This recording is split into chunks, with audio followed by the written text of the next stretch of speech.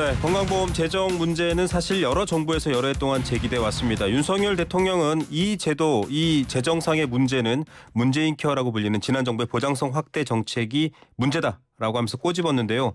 때마침 김건희 여사의 7만 원 건강보험료 문제가 다시 제기됐습니다. 정책과 정면 충돌하는 부분도 있고요. 여러 의혹들이 많습니다. 관련 현안들 더불어민주당 박주민 의원 연결해서 이야기 들어보겠습니다. 의원님 안녕하십니까? 네, 안녕하십니까. 네. 자, 뭐 탈문 정책 이런 표현까지 등장합니다. 문재인 정부의 정책을 이제 반대 방향으로 좀 향하고 있는 그런 정책들을 제기하면서 건강보험료 얘기가 나왔는데 여기서 김건희 여사의 건보료 7만 원도 나왔습니다. 이게 조홍천 의원이 좀 얘기했던 부분이었던 거죠? 네, 이게 대선 당시에 조홍천 의원이 이제 본인의 페이스북에다가 김건희 여사의 자산이 60억대인데 직장 네. 보험료로 하면서 한 7만 원 정도밖에 내지 않았다. 이런 문제 제기를 한 적이 있죠. 예. 예. 그 월급 200만 원은 직원들 월급 줄여다가 내가 200만 원밖에 안 받았기 때문에 건보료는 거기에 해당하는 비율인 7만 원을 냈다. 이게 지금 대통령실 해명입니다. 어떻게 보십니까?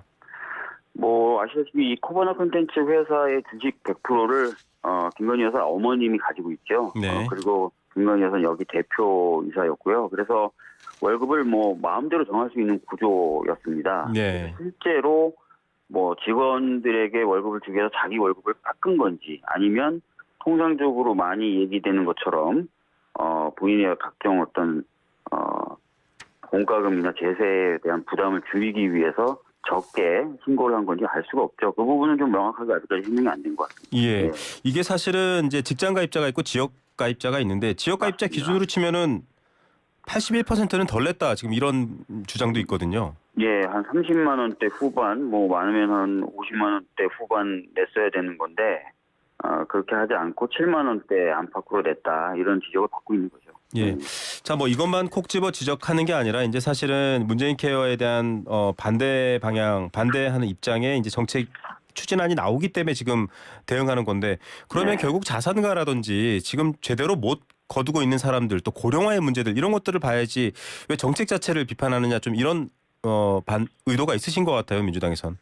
예, 맞습니다. 사실은 이제 문재인 케어로 대표되는 이제 건강보험 보장성 확대라는 것은 꼭 문재인 정부에서만 해왔던 건 아니거든요. 네. 과거에 이명박 박근혜 정부 때도 이 보장성 확대는 계속 추진해 왔던 건데 이게 이제 모든 문제가 다 이제 문재인 케어에서 비롯된 것이다라고 얘기를 하고 있는 것 네. 상당히 좀 잘못됐다고 저희들은 보고 있고요. 그 다음에 건강보험의 보장성이 확대되면 결국 그 혜택은 국민들이 보는 겁니다. 네. 그럼에도 불구하고 마치 돈을 막대하게 낭비한 것처럼 또 얘기하고 있는 것도 저희들이 봤을 때는 문제가 있고요. 그리고 실제로 이제 윤석열 정부 들어서 감사원이 낸 보고에 따르더라도 이 문재인 케어에 따른 재정 누수액이 있다 하더라도 2천억에 불과하다는 감사 결과가 있어요. 네. 아시다시피 이제 감사원이 굉장히 이제 전 정부에 대해 적대적이어서 저희들이 많이 문제 제기하는 그런 기구인데 네네. 그런 기구가 낸 보고서에 따르더라도 건강보험 재정에서 그 진료비로 나가는 100조 정도 되는 돈에 한 0.2%에 해당하는 2천억 정도만 누수가 생기고 있다 이렇게 네. 얘기했단 말이에요. 그렇기 때문에 문재인 케어 때문에 지금 뭐 여러 가지 문제가 발생하고 있다라고 얘기하는 것은 굉장히 좀 지나친 그런 해석이라고 볼 수 있는 거죠. 건보 보장률은 선진국 같은 경우는 좀 확대되는 추세인가요? 어떻습니까? 맞습니다. 뭐 아시다시피 이제 건보 보장률을 문재인 케어에서는 한 70%까지 하겠다 이렇게 네. 얘기를 했는데 이게 이제 OECD 평균보다 사실 안 되는 겁니다. 아, 네. 네, OECD 평균 70%가 된다 하더라도요. 네네.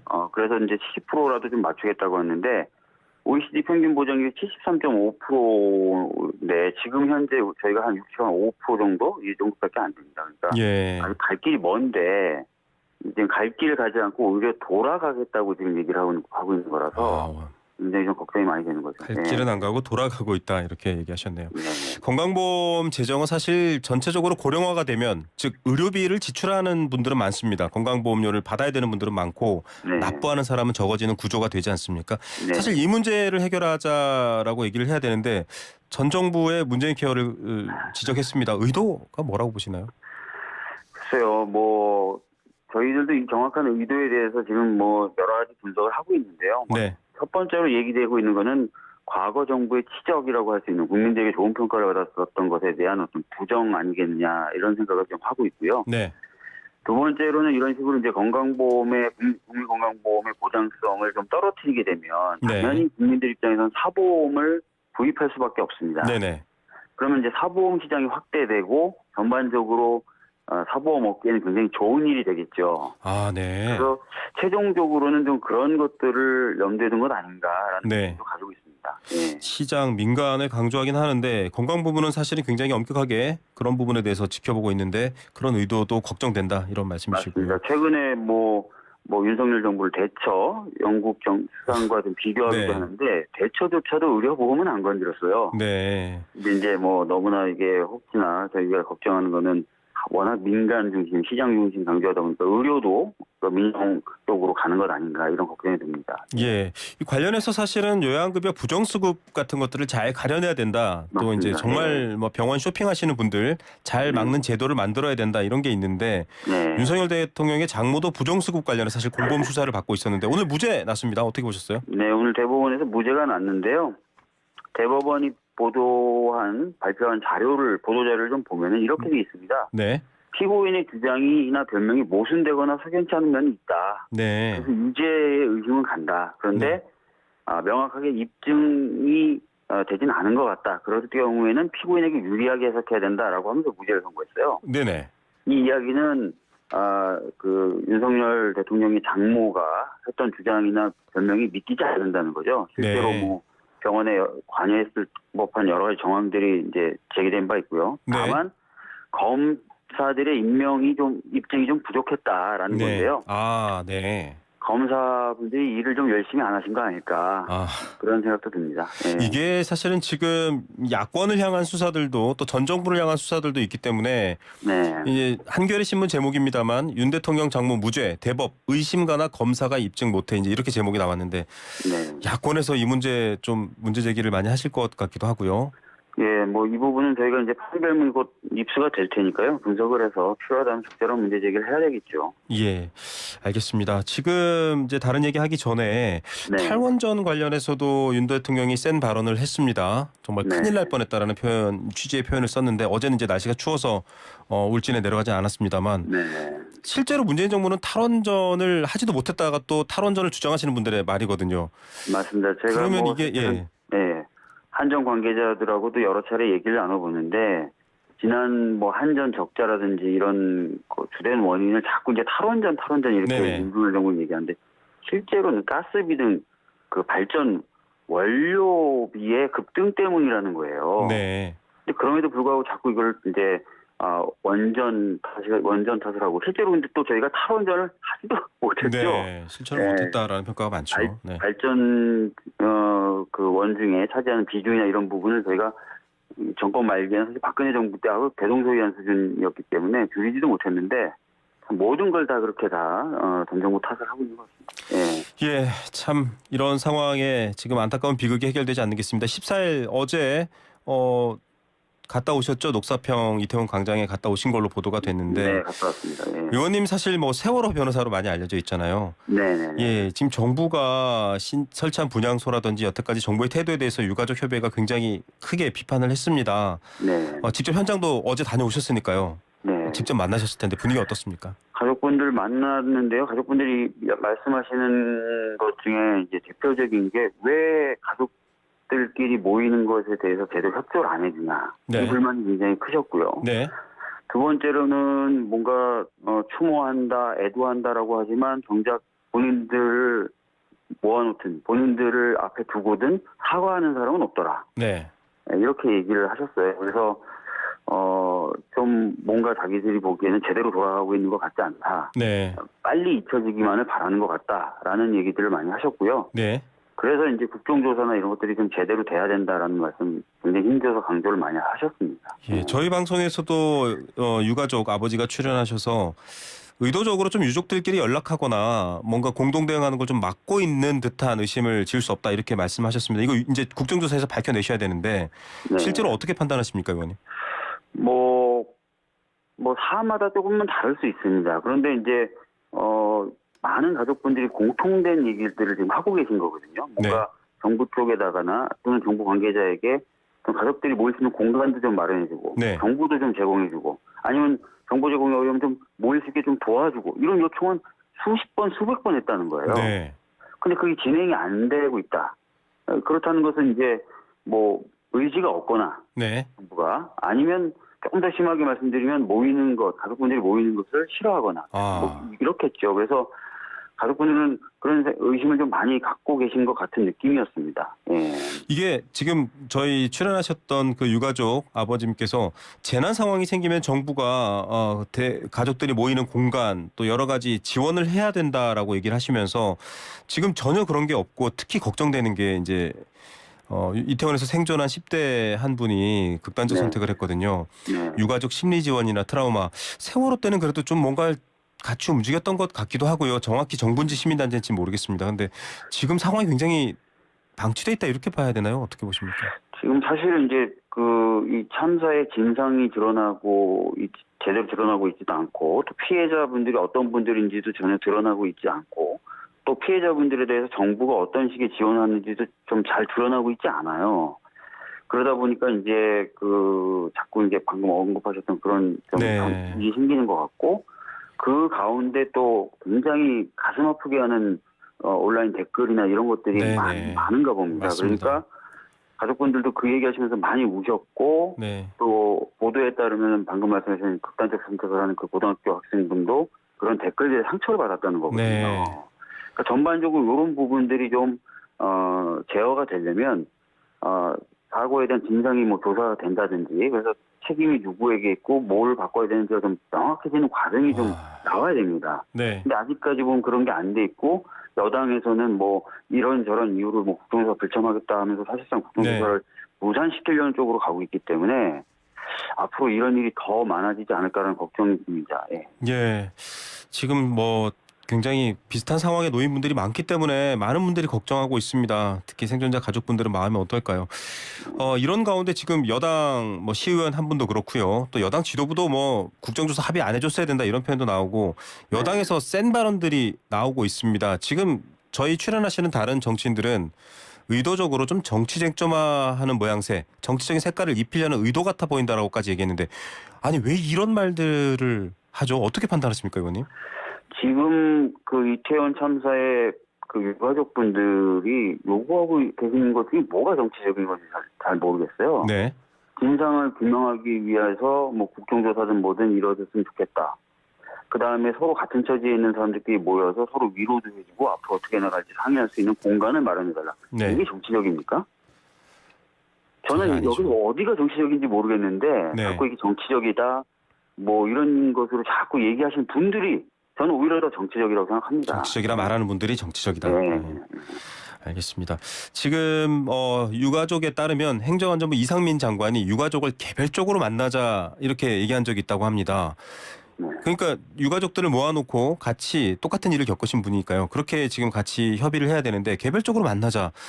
정부가 좀 사건 자체를 뭐 좀 다르게 다루려고 한다 이렇게 봐야 되나요? 어떻게 보십니까? 과거에 이제 세월호 참사 때도 가족분들의 성향을 분석해서 그렇죠. 분리해서 대응하려는 흐름은 계속 있었고요. 네. 지도도 계속 있었고 그런 것 자체가 사실은 이제 참사를 제대로 대하는 게 아니죠. 어떻게 보면은 피해자들끼리 서로 또 다투게 만드는 그런 과정이라서요. 네. 그런 식으로 하지 말고 가족분들이 원하시는 대로 가족분들끼리 모여서 상의해서 뭔가 이렇게 정부에게 요구하고 저렇게 요구하고 그런 말씀이 자연스럽게 나올 수 있게 해주는 게 저는 가장 좋다고 봅니다. 네. 사건의 해결 중심 또 여러 가지 다 가족들 이 핵심인데요. 뭐 여러 가지 그런 부분들에 대해서 정부가 오히려 의도를 갖고 있는 모양새로 오해받으면 안 될 것 같습니다. 지금 당장 뭐 국정조사라든지 이런 것들도 조금 좀 어려운 상황이잖아요. 정부에 이거 빨리 조치해라라고 지금 시급하게 얘기하실 부분들이 있으실 것 같아요. 예전에 경험도 있고 하셔서요. 네. 가족분이 가장 원하시는 게 지금 모일 수 있는 공간을 얘기하시고 계시거든요. 공간. 네. 네, 네. 근데 이게 지금 몇 주째 지금 제대로 진행이 안 되는 것 같아요. 저도 계속 수시로 체크하고 있는데 그래서 네. 이 부분이 좀 빨리 좀 진행이 됐으면 좋겠다라는 말씀 먼저 드리고요. 두 번째는 여당도 좀 책임 있는 자세로 네. 국정조사에 대해서 더 이상 무슨 뭐 보이콧을 한다는 이런 말이 그런 말 들을 때마다 아마 가족 유가족분들 가슴이 철렁철렁할 겁니다. 네. 그런 얘기 하지 말고 적극적으로 임하는 그런 모습을 좀 보여야 될 겁니다. 네. 그 마약 검사 관련해서도 굉장히 여러 논란이 많지 않습니까? 유가족들도 그 진상을 밝혀달라 요청을 했는데 네, 맞습니다. 예. 그 여러 가지 얘기가 있습니다. 약간 이제 마약 검사를 약간 이슈화가 되는 이유, 배경 같은 것들에 대한 궁금증이 크거든요. 왜 갑자기 이런 걸 검사하자고 하는지 궁금하신 분들 많아요. 그러니까 저희도 문제 제기하는 기자회견도 하고 했었는데 사인을 모르는 것도 아니고요, 그죠? 네. 그런데도 불구하고 계속해서 마약 관련된 부분을 부검을 통해서든 유류품 검사를 통해서든 좀 뭔가 좀 밝히려고 하는 수사기관들의 노력이 있는 거지 않습니까? 네네.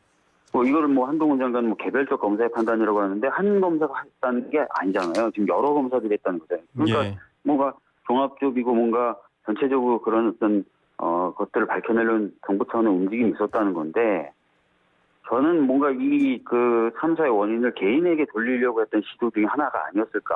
아. 그 지원에 갔었던 분들. 희생자에게 참사 책임의 원인을 네. 그런 이- 시도 아니었을까라는 의심을 가지고 있어요. 그런 말씀을 사실 의원님하고 나누는 것도 조심스러운 게 지금 극단적인 선택도 보도된 분은 한 분인데 네. 추가로 더 있을 수 있다. 뭐 알려지지 않은 게 있다라는 우려도 나옵니다. 이건 어떻게 보시는지도 어떤 대처가 필요한지도 한 말씀 부탁드립니다. 사실은 지금 아까 말씀드렸던 것처럼 댓글에 의해서 상처받았다고 말씀하시는 분들이 굉장히 많고요. 네. 또 생존하신 분들 중에는 같이 갔는데 친구는 그 비극적인 일을 당하고 자기는 살았다는 거에 그렇죠. 자책하시는 분들이 굉장히 많을 겁니다. 네. 세월호 때도 그랬거든요. 그렇다면 이 분들에 대해서도 종합적으로 좀 케어가 이루어져야 되는데 전반적으로 정부의 분위기나 이런 것에 비춰봤을 때 이분들이 그런 케어를 받겠다고 드러내기를 굉장히 어렵게 만드는 네. 상황이 반복되고 있어요. 네. 이런 것들이 좀 더 풀리고 정부의 태도가 바뀌고 해야만 아마 이분들이 좀 더 밖으로 나와서 그런 도움을 받으실 거고 그래야 이런 사태의 반복을 막을 수가 있습니다. 맞습니다. 이게 정보가 좀 공개되고 공유가 돼야 대처를 할 수 있고 가족들도 그렇고요. 생존자분들도 대처를 할 수 있는데 정보가 지금 꽁꽁 싸매고 있기 때문에 더 그렇습니다. 이게 설마 의도적으로 이런 정보 공개라든지 이런 것들을 안 하고 있다 이렇게 의심할 수 있나요? 이 부분까지 좀 정부를 지적하면 또 자극하는 건가 싶겠지만 좀 궁금합니다. 그 의도야 모르겠지만 아까도 말씀드렸지만 가족분들은 이미 수차례 그런 요구를 했다는 거지 않습니까? 네네. 그리고 그런 게 필요하다라는 얘기도 했고 또 여러 시민단체들도 같은 처지에 있는 피해자들끼리 뭔가 모여서 네. 보듬어 줄 때가 굉장히 효과가 있다라는 얘기도 계속 하고 있거든요. 근데 네네. 안 되는 게 왜 그럴까? 예. 자, 정부가 더 심한 의도를 듣고 싶지 않으시다면 추측을 듣고 싶지 않으시다면 빨리 유족의 요구라도 들어주셔야 될 것 같고요. 끝으로 이 대통령 관련해서 천공 관련된 이슈가 나오면 굉장히 민감하게 반응합니다. MBC도 그랬었고 본인들이 또 단정적으로 선을 긋지 않는 발언들도 좀 지적되고 있는데 윤석열 대통령과 김건희 여사의 지인 이제 아는 분이라고는 후보 시절에 밝혔으니까요. 지금 녹취록이 공개가 됐습니다. 일요신문이라는 곳에서 오늘 오전에 발표한 건데 본인이 천공이라는 사람이 윤석열 대통령 출마 내가 시켰다. 또 이런 주장이 나왔거든요. 대통령실은 강력하게 허위사실 유포 처벌할 것이다 이렇게 대처할 것이다라고 했는데 이런 말들이 또 보도가 되고 있습니다. 상황 어떻게 보십니까? 진짜 한번 대통령실에서 고발했으면 좋겠어요. 장경태 의원처럼. 그래서 이 천공 이 사람을 고발했으면 좋겠다. 필요가 있지 않을까. 네. 그러니까 제가 이렇게 말씀드리는 이유는 제대로 지금 해명을 안 하고 있으니까 자꾸 이런 얘기가 반복되는 거 아니겠습니까? 그리고 천공 본인도 계속 이런 얘기 하는 거고요. 네. 명확하게 규명할 필요가 있다고 생각합니다. 예. 네.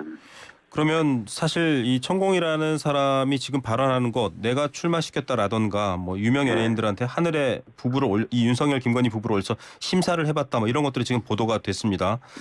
이런 부분에 대해서 대통령실이 천공에 대한 수사를 의뢰해야 된다 이렇게도 보시나요? 아니 뭔가 확실하게 지금 규명이 안 되니까 계속해서 이런 얘기가 반복되는 거 아니겠습니까? 그런데 대통령실의 태도는 굉장히 미분적이에요. 천공에 대해서는 제가 봤을 때는. 네네.